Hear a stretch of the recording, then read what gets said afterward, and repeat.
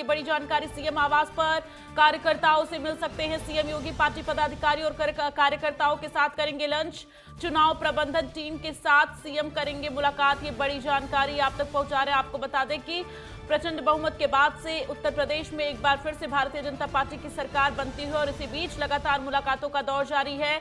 4 राज्यों में शानदार जीत के बाद से लगातार जश्न का माहौल और साथ ही साथ मुलाकातों का दौर जारी है। सीएम योगी आज संगठन के पदाधिकारियों से कर सकते हैं मुलाकात। बड़ी जानकारी निकलकर सामने आ रही। सीएम आवास पर कार्यकर्ताओं से मिल सकते हैं सीएम योगी। पार्टी पदाधिकारियों और कार्यकर्ताओं के साथ करेंगे लंच। देखिए, जिस तरह से चुनाव में कार्यकर्ताओं ने यहाँ पर मदद की और इसके साथ ही एक शानदार प्रदर्शन के लिए जी तोड़ कोशिश की, उसको लेकर पूरी पार्टी गदगद है। और सीएम योगी आज संगठन के पदाधिकारियों से और साथ ही कार्यकर्ताओं से मुलाकात करेंगे। सीएम आवास पर कार्यकर्ताओं से मिल सकते हैं सीएम योगी और पार्टी पदाधिकारियों और कार्यकर्ताओं के साथ लंच भी करेंगे। ये बड़ी जानकारी। चुनाव प्रबंधन टीम के साथ भी सीएम योगी मुलाकात करेंगे, क्योंकि इस जीत के पीछे जो कार्यकर्ताओं की मेहनत रही है, पदाधिकारियों की जो मेहनत रही है, पूरी टीम की जो मेहनत रही है, उसको देखते हुए यहाँ पर सीएम योगी काफी गदगद है, जिसको देखते हुए आज मुलाकात और इसके बाद साथ में लंच कर सकते हैं।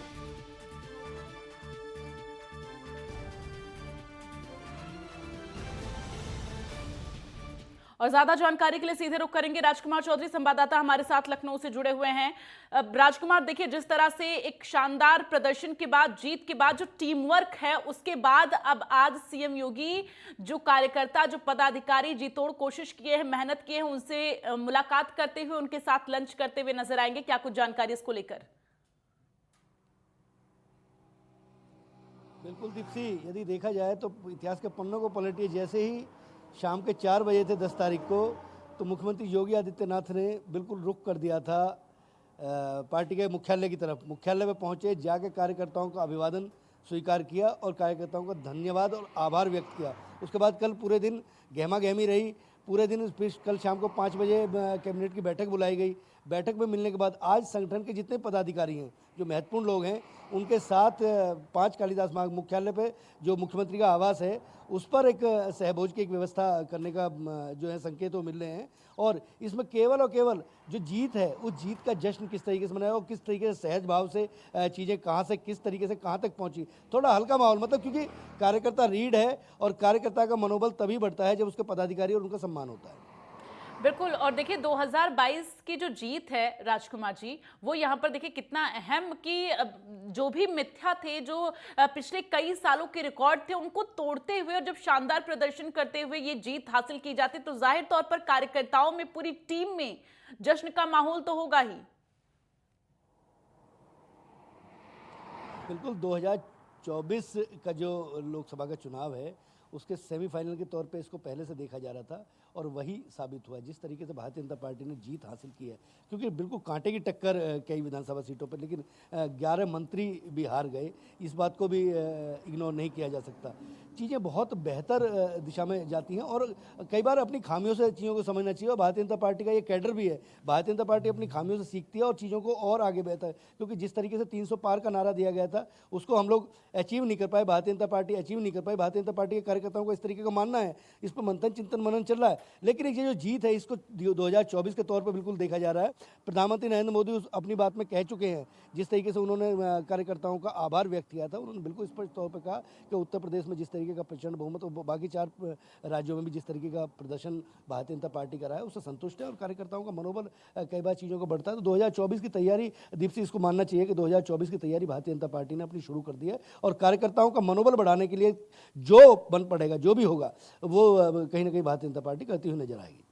बिल्कुल। देखिए, रिजल्ट का इंतजार किया जा रहा था, रिजल्ट भी सामने आ चुका है और भारतीय जनता पार्टी की एक बार फिर से जीत यहां पर देखी गई। अब देखिए, यहां पर मंत्रिमंडल का विस्तार होना है, इसको लेकर क्या कुछ जानकारी? हमने जश्न का तो जिक्र कर लिया और जिस तरह से कार्यकर्ताओं ने, पदाधिकारियों ने मेहनत की है, एड़ी चोटी का जोर लगाया है, उसको लेकर आज मुलाकात होगी और उसके साथ ही लंच साथ में किया जाएगा। तस्वीरें हम दर्शकों को दिखाएंगे, लेकिन राजकुमार, ये भी जानना बेहद अहम हो जाता है, जो कैबिनेट का विस्तार होगा वो किस तरह से हो पाएगा, क्योंकि देखिए, इस बार कई सारे मिथ्या अगर टूटे हैं तो कई ऐसे बड़े चेहरे हैं जो रूठ भी सकते हैं।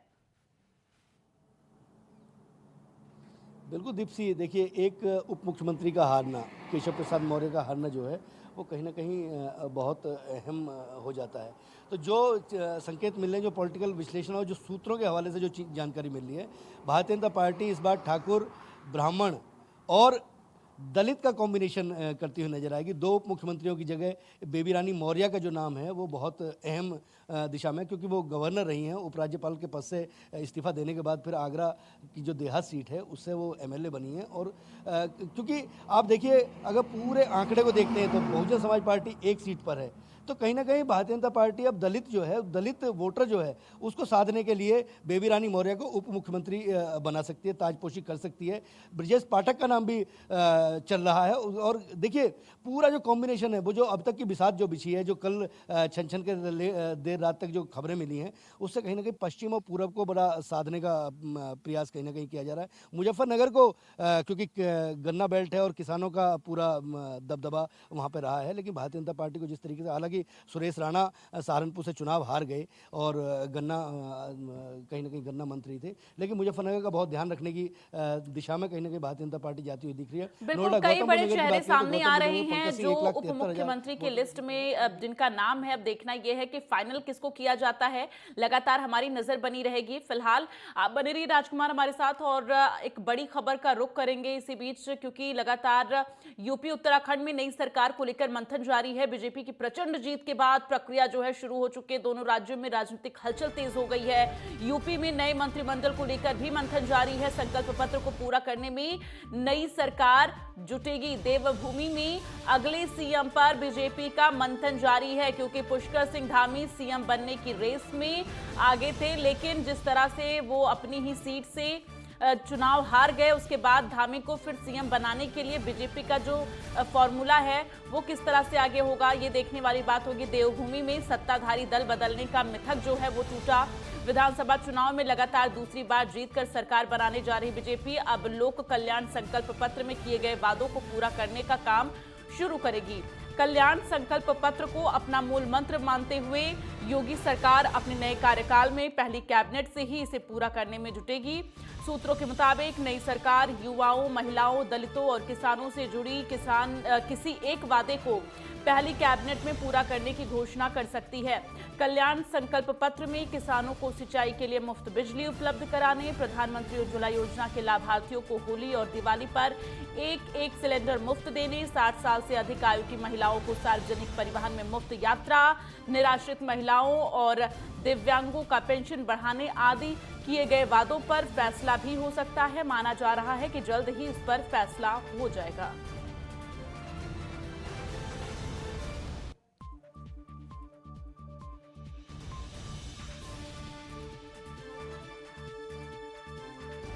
तो ज्यादा जानकारी के लिए रुक करेंगे राजकुमार चौधरी, लगातार संवाददाता लखनऊ से हमारे साथ बने हुए, और हमारे साथ ज्ञानेंद्र तिवारी भी देहरादून से हमारे साथ संवाददाता जुड़ रहे हैं। ज्ञानेंद्र, सबसे पहले आपका ही रुक करेंगे, क्योंकि उत्तराखंड में अब सरकार बनाने को लेकर किस तरह से कवायद की जाएगी, क्योंकि देखिए सीएम पुष्कर सिंह धामी अपनी ही सीट से, खटीमा सीट से चुनाव हारे, उसके बाद से अब बीजेपी का क्या फॉर्मूला होने वाला है?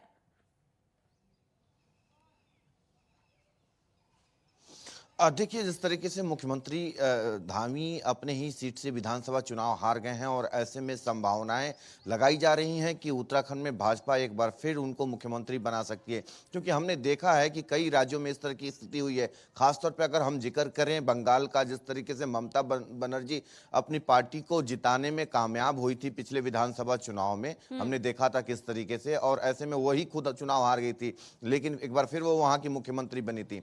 अगर इन फार्मूलों को देखें तो उत्तराखंड के अंदर जिस तरीके से एक नई जिम्मेदारी तीसरे मुख्यमंत्री के रूप में धामी को दी गई थी, 60+ का जो रेशियो लेके चल रही थी युवा मुख्यमंत्री के नारे के साथ, और ऐसे में जिस तरीके से 47 के जो आंकड़े को इस बार छूने का काम भारतीय जनता पार्टी ने उत्तराखंड में किया है, अगर देखा जाए तो कहीं ना कहीं श्रेय धामी को ही जाता है, और प्रदेश के जो प्रदेश अध्यक्ष हैं मदन कौशिक भाजपा के, उनको जाता है। तो ऐसे में अगर देखा जाए, अगर भाजपा इस पर विचार करती है तो धामी को रिपीट कर सकती है।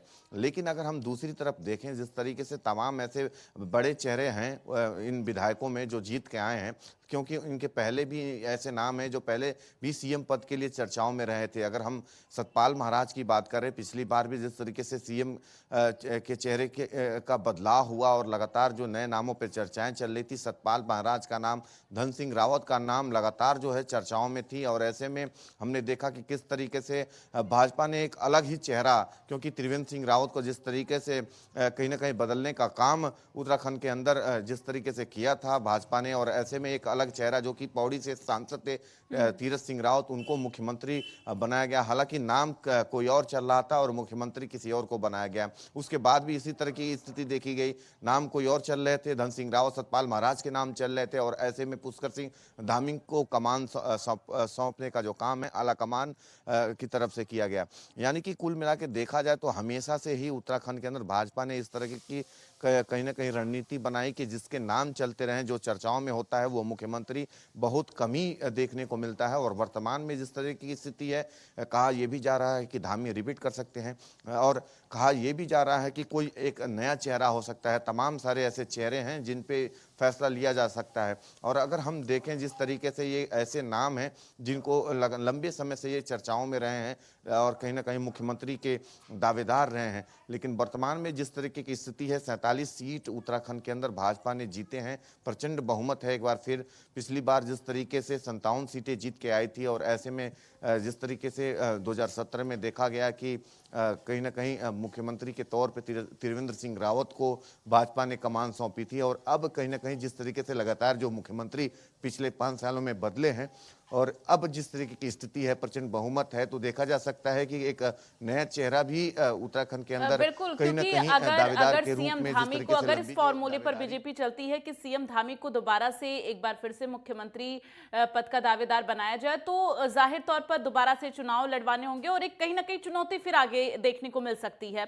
फिलहाल लखनऊ का रुख करते हुए वहां से राजकुमार चौधरी हमारे संवाददाता लगातार बने हुए हैं। राजकुमार, देखिए जिस तरह से उत्तर प्रदेश में सीएम योगी आदित्यनाथ का दबदबा देखा गया और उसके बाद से उनका शासनकाल देखा गया, अब आगे एक बार फिर से जो है मुख्यमंत्री पद ग्रहण करेंगे सीएम योगी, और सभी मिथकों को तोड़ते हुए, लेकिन इन सब के बीच सबसे बड़ी बात ये कि जिस तरह से वहां के उप मुख्यमंत्री चुनाव हार जाते हैं, हम लगातार उत्तराखंड का भी जिक्र कर रहे हैं कि किस तरह से सीएम धामी चुनाव हारे हैं, लेकिन क्या बीजेपी किस तरह का फॉर्मूला अपनाती है उत्तराखंड में। फिलहाल उत्तर प्रदेश में क्या कुछ फॉर्मूला होने वाला बीजेपी का? देखो दीप्ति, बहुत अहम सवाल है क्योंकि राजनीति संभावनाओं का खेल होता है, और हमारे सहयोगी देहरादून से बता रहे थे कि किस तरीके से लोगों के नाम चलते हैं और कैसे लास्ट मोमेंट पे चीज़ें चेंज हो जाती हैं। स्वाभाविक सी बात है क्योंकि भारतीय जनता पार्टी एक बड़ा कैडर है और बड़ी पार्टी है, उसमें संघ का भी दखल होता है, सारी चीज़ें होती हैं। AK शर्मा गाजीपुर के जो मूल निवासी हैं और गुजरात कैडर के IAS अधिकारी रहे हैं, उनको उत्तर प्रदेश भारतीय जनता पार्टी उन्होंने ज्वाइन की। उनका नाम भी उप मुख्यमंत्री की दौड़ में बिल्कुल निश्चित तौर पर चल रहा है क्योंकि वो कहीं ना कहीं प्रधानमंत्री की बहुत अहम पसंद माने जाते हैं। राजेश्वर सिंह का नाम बहुत अहम दिशा में इसका नाम चल रहा है। राजेश्वर सिंह जो है वो ED के वो रहे हैं और ED से छोड़ के उसके बाद भारतीय जनता पार्टी उन्होंने ज्वाइन की है। और लखनऊ की सरोजनी नगर जो सीट है, ये सरोजनी नगर सीट है, अगर इस सीट की बात करें तो ये देहात और शहर दोनों पड़ता है, तो वहाँ से MLA बने हैं, बहुत प्रोफाइल हैं। पश्चिम की बात करते हैं, पश्चिम में हालांकि भारतीय जनता पार्टी को बड़ा झटका लगा है क्योंकि सुरेश राणा जो कहीं ना कहीं प्रतिनिधित्व करते थे भारतीय जनता पार्टी का। मुजफ्फरनगर कांड की यदि बात करें, मुजफ्फरनगर कांड के बाद उन्होंने ही पार्टी को कहीं ना कहीं एक दिशा दी और बहुत अहम पद पर रहे, अहम पद पर हार गए। संगीत सोम जो फायर ब्रांड नेता माने जाते थे वो हार गए। तो पश्चिम में लेकिन नए लोग जो आए हैं उन्हें कहीं ना कहीं प्रतिनिधित्व दिया जा सकता है। और नए लोगों का आपने जिक्र किया राजकुमार, इसलिए चाहूंगी आप जरा एक बार दर्शकों को जल्दी से बता दें, अपर्णा यादव को लेकर क्या सुगबुगाहट है? बिल्कुल निश्चित तौर पर अपर्णा यादव को सम्मान मिलेगा पूरे तरीके से। कल मैं भारतीय जनता पार्टी के मुख्यालय पर मौजूद था और अपर्णा यादव की भी उपस्थिति वहाँ पर दर्ज थी और लोग चाहते हैं, क्योंकि देखिए भारतीय जनता पार्टी को एक मैसेज भी देना होगा, क्योंकि अगर कोई व्यक्ति, क्योंकि वो मुलायम सिंह के परिवार से हैं और अखिलेश यादव की भाभी हैं, तो बहुत अहम कई बार हो जाता है इन चीज़ों के साधना, और राजनीति में भी बहुत मायने होते हैं क्योंकि संबंधों का बहुत अलग तरीके का घालमेल होता है। तो अपर्णा यादव को भी कहीं ना कहीं एडजस्ट करने की, हालांकि हो सकता है कि मंत्रालय में ना लिया जाए, मंत्रिमंडल में ना लिया जाए, लेकिन कोई बड़ी जिम्मेदारी जरूर दी जा सकती है। ठीक है, चलिए अपनी नजर बनाकर रखिएगा राजकुमार, तमाम अपडेट आपसे लेते रहेंगे। फिलहाल के लिए धन्यवाद, और ज्ञानेंद्र आप हमारे साथ बने रहिए, आगे भी खबरों पर आपसे अपडेट लेते रहेंगे। अब देखना यह है कि उत्तर प्रदेश में किस तरह से मंत्रिमंडल का विस्तार होगा और कौन कौन से बड़े चेहरे वो हैं जो एक बार फिर से शामिल होंगे और कौन कौन से नए चेहरे हैं जिन्हें इस बार मंत्रिमंडल में जगह दी जाए।